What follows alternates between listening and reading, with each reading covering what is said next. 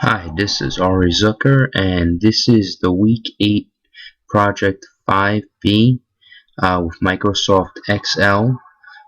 This week we learned about pivot tables and pivot charts. In this chapter, we learned about pivot tables and pivot charts. The difference between the two is that a pivot table uses data from an Excel chart to create its table, while a pivot chart uses data from the pivot table to create a pivot chart. The purpose of creating a pivot table for this exercise is to be able to access the data faster. Personally, after great difficulty with this, I found it easier and less time consuming to search through a spreadsheet to find the data myself.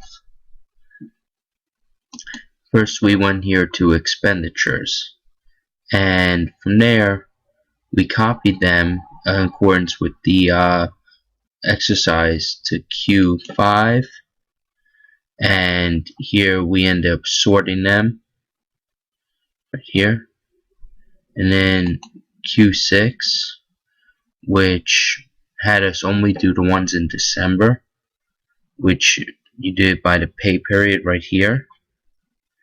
Then Q7, which has only do ones that have VET in it. Now, where I found I had a great deal of trouble in this was when I went here to design and I was unable to click total row. I tried looking up on how to do it. It would not unclick on my program, so that I do know caused me to not have sufficient data. I then went to the next chart and I made sure that the background of everyone that had yes was yellow. Then on Q9, I was unable to get the totals because on my Excel it would not let me do a summary total. Then I went here and I created the pivot charts.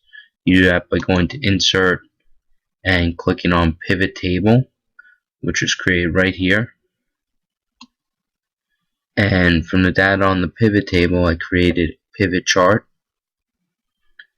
And then in group 12, I tried to create the percentage chart. Due to the data I did have, it most likely did not let me create the chart that I wanted to create.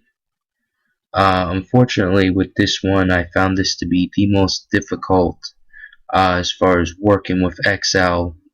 Maybe it's my Excel 2013, but it prevented me in every facet from doing a sum total, which caused my charts to have bad data. So unfortunately, I don't think I did too well on this project.